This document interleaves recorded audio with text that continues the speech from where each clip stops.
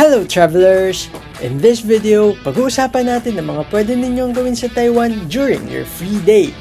Super daming possible options such as visiting Chiang Kai-shek Memorial Hall, visiting temples, or trying the street foods at the night market. Just choose one to fully maximize your day. Let's go! Captain Travel, let's go explore. From dreams to destinations and so much more. Asia to Europe, across the sea, land, air, or ocean. Travel free, create memories, feel the thrill. Captain Travel makes your dreams real.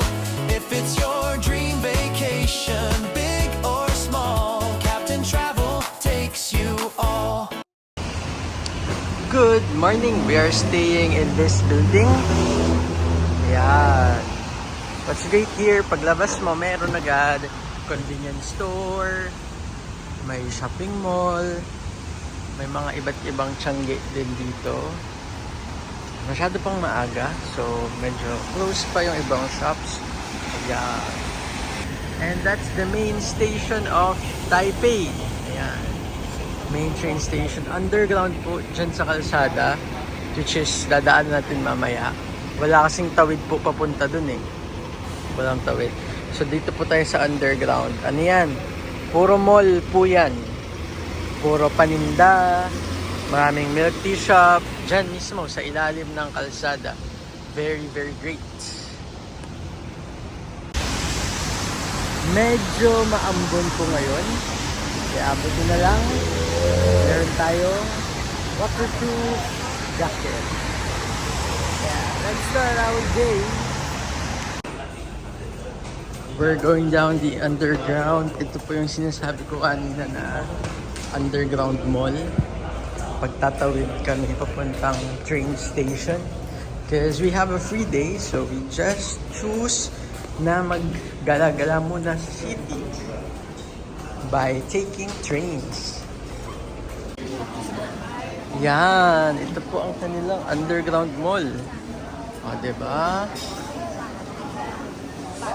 May loto, may mga toy shop, may mga tindahan ng pabango, convenience store, lahat po nandito.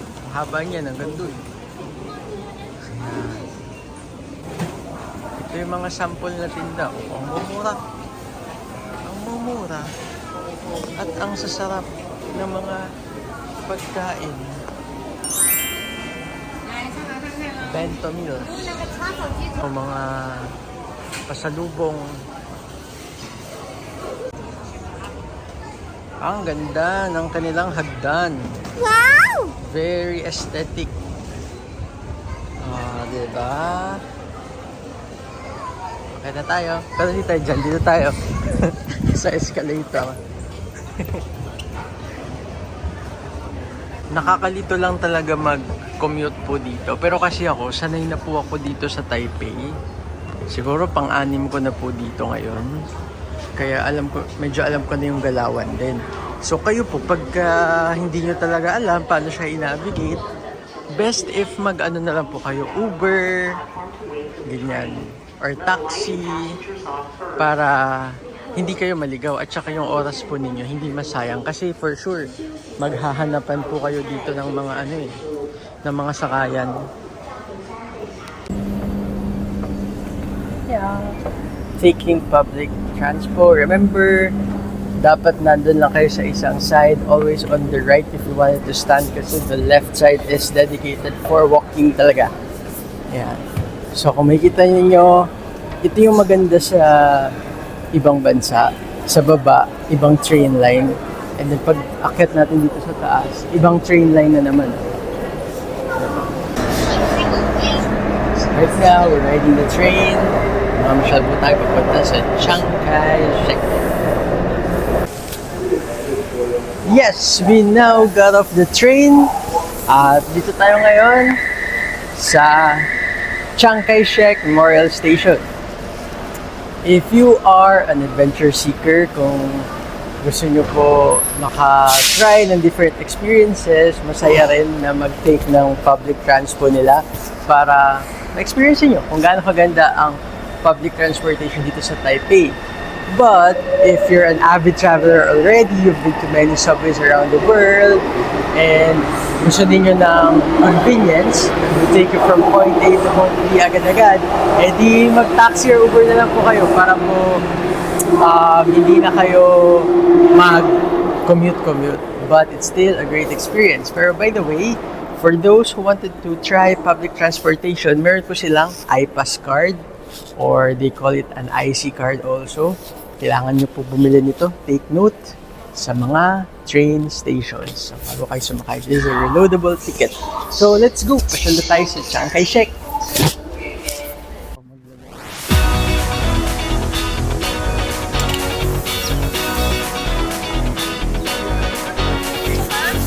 This is it! We're now in one of the most visited top spots dito po sa Taipei. Welcome to Chiang Kai-shek Memorial Hall. By the way, this square dyan po ay ang Liberty Square. So yan po ay an open space for public demonstration and expression of their national freedom. Yun po ang significance ng landmark na ito. At bukod doon, tignan nyo naman, no? Sobrang ganda ng arc ko. Yung mga design niya, yung mga detalye, sobrang ganda talaga. Kaya, sarap po dito magpa-picture. Kaya ready nyo na yung mga camera nyo. Picture kayo dito. Lalo na yung angle na to. Dito tayo.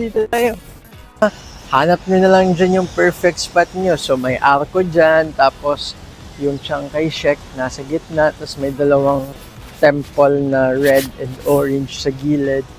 Very, very iconic. Kaya naman, punta rin po kayo dito on your free time. Madali lang puntahan. Let's go in! Ayan, so nandito tayo ngayon sa ilalim ng arko. Alam nyo ba guys, trivia. This place is heavily feng shuied. So ito ay ang south, yun ang north. Because they believe, ang pasok ng energy, pag ganun dapat. So pupunta doon sa hall. And then the roof is color blue because it symbolizes the sacredness of the blue heavens. Yan siya. And the hall is on an elevated position because people look up to power, to the influence and the greatness of their leaders. So ganon, nilook up ng mga Taiwanese ang kanilang leader. But they made it 89 steps going up because Chiang Kai-shek died at the age of 89 years old. O, diba? So, sobrang planado ng place na to. Sobrang ganda. Ang daming historical significance. That's why it is a must visit. Tapos, ang shape pala ng Chiang Kai-shek ay Bagua shape. Because it balanced the cosmic forces dito daw sa Taiwan. So, yung mga pinapaniwalaan nila. So, yeah. Heavily feng shuied ang place na to. Kaya swerte din. Kaya punta kayo dito para swertein din kayo. Look, sobrang laki. Sobrang ganda.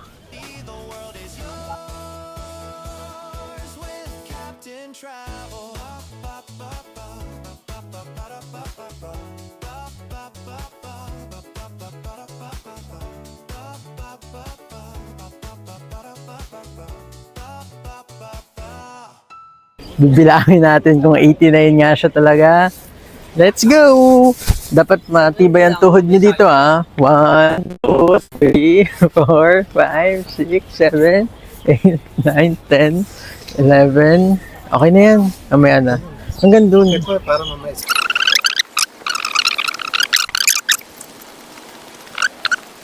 80? Ito.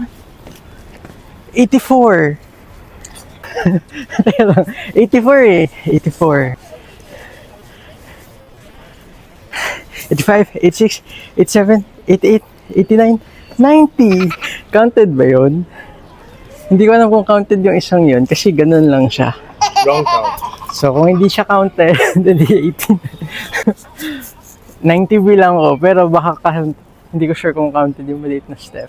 Pero yeah, okay na yan. Chiang Kai-shek is an important figure in Taiwanese history. He was the leader of the Nationalist Party in China. He fought against the Communist Party in the Chinese Civil War and Japan in World War II. He eventually lost the Civil War and retreated his forces to Taiwan, where he was president until his death. Ang ganda po dito sa museum dahil makikita nyo po ang mga official state car ni Chiang Kai-shek. Yan. One of the official state cars. Tapos ang dami rin ditong mga relics, mga damit niya mismo. Ayan. So makikita nyo po yan dito. Mga medallion niya on other sections. Yeah.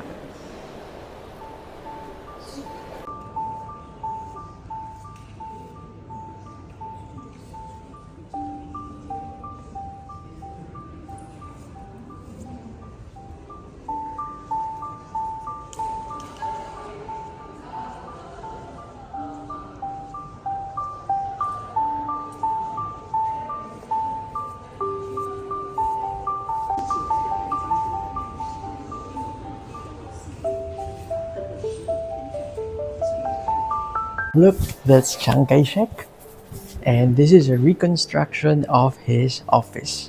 So, if mahilig po kayo sa history, if you also love art, then paying a visit here in Chiang Kai-shek Memorial Hall is very, very meaningful. This is our lunch. Braised beef, egg with rice, and with veggies.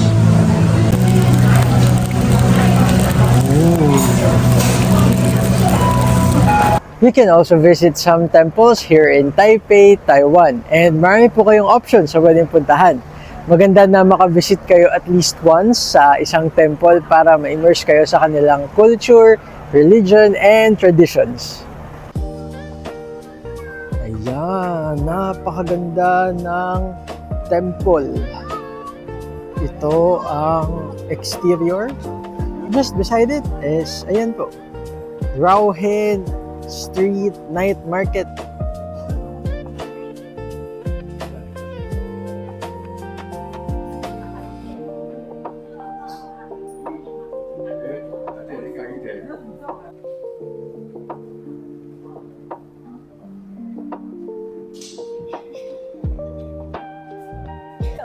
At syempre, ang highlight of the night, hindi dapat mawala sa inyong itinerary ang visit to a night market.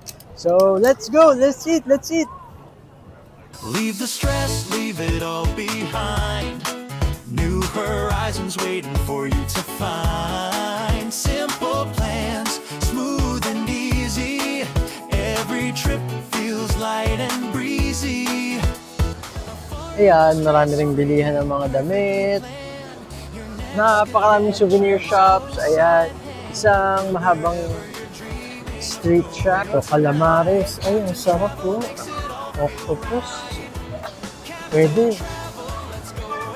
Calamares. Ayan. Yung mga gusto ng love life dyan, yung mga gusto magpahula. Ayan, dito kayo pumunta kay tatay. Drinks. Uy, ang sarap po.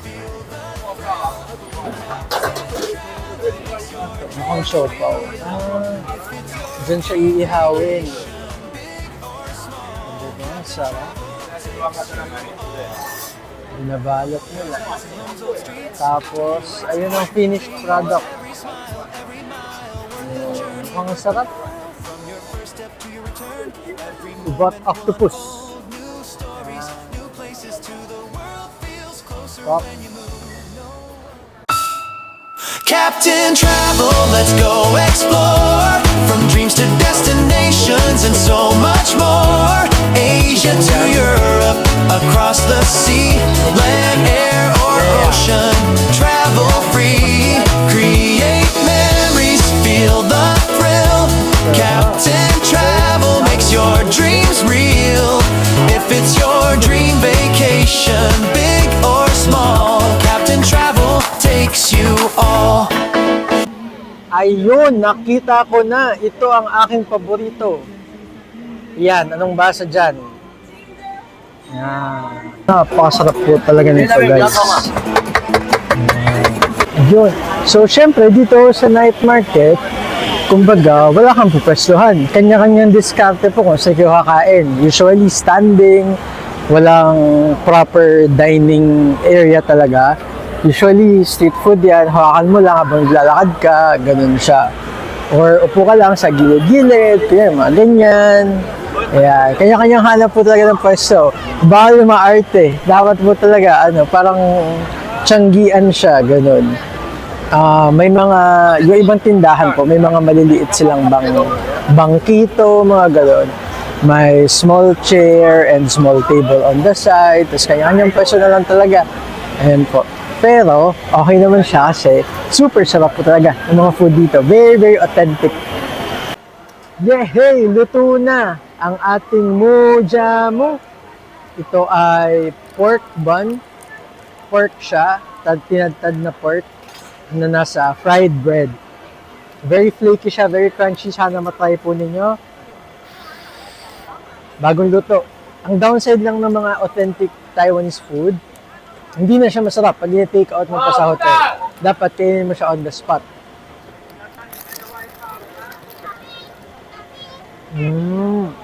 Yummy! Very yummy talaga. That's it for our today's video. We will show you more activities to do in Taipei on the next video, such as our visit to the mountainous side of Taipei's nature and more food trip. You may consider this before kayo sumampa ng barko. See you!